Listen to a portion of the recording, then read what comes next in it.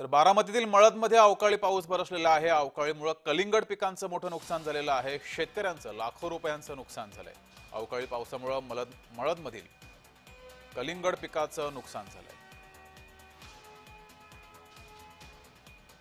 बारामतीमध्ये हा मोठ्या प्रमाणात पाऊस बरसलाय, त्यामुळे इथे शेतकऱ्यांचं सुद्धा नुकसान झालेलं आहे। या शेतकऱ्यांसोबत संवाद साधले आमचे प्रतिनिधी नवनाथ बोरकर यांनी। पाहूया। राज्यात मोठ्या प्रमाणामध्ये अवकाळी पावसाचा फटका जो आहे तो शेतकऱ्यांना बसत असल्याचं पाहायला मिळत आहे। मी सध्या बारामती येथील मळद या गावामध्ये आहे आणि या ठिकाणी शेतकऱ्याच्या कलिंगडाच्या प्लॉटवर आलेलो आहे। या ठिकाणी अवकाळी पावसाने अक्षरशः हे कलिंगडचा प्लॉट जो आहे तो वाया गेल्याचं आपल्याला चित्र पाहायला मिळत आहे।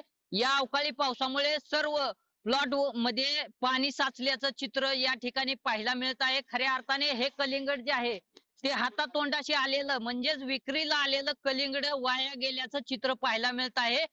एकूणच हा 2 एकराचा कलिंगडाचा प्लॉट आहे आणि हे कलिंगड जे आहे ते अवकाळी पावसामुळे वाया गेलेलं आहे।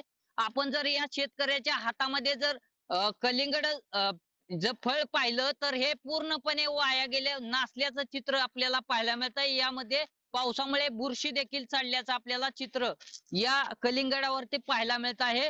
एकूणच हातातोंडाशी आलेला घास जो आहे तो या अवकाळी पावसामुळे हिरावल्याचं आपल्याला पाहायला मिळत आहे।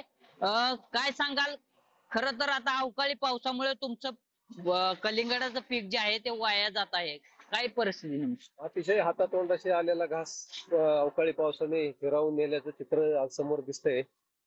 फार मेहनतीने पूर्ण उन्हाळाभर आम्ही त्याला एकदम कष्ट करून जोपासलं होतं। एकदम एक नंबरचा प्लॉट तयार केला होता।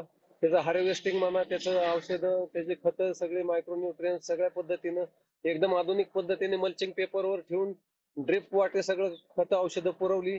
परंतु आज हार्वेस्टिंग 4 दिवसात 2 दिवसात होणार, आज 60 दिवस पूर्ण झालेले प्लॉटला अचानक पावसाने तडाखा दिल्यामुळे आमच्या पूर्ण हातातून पीक गेलंय।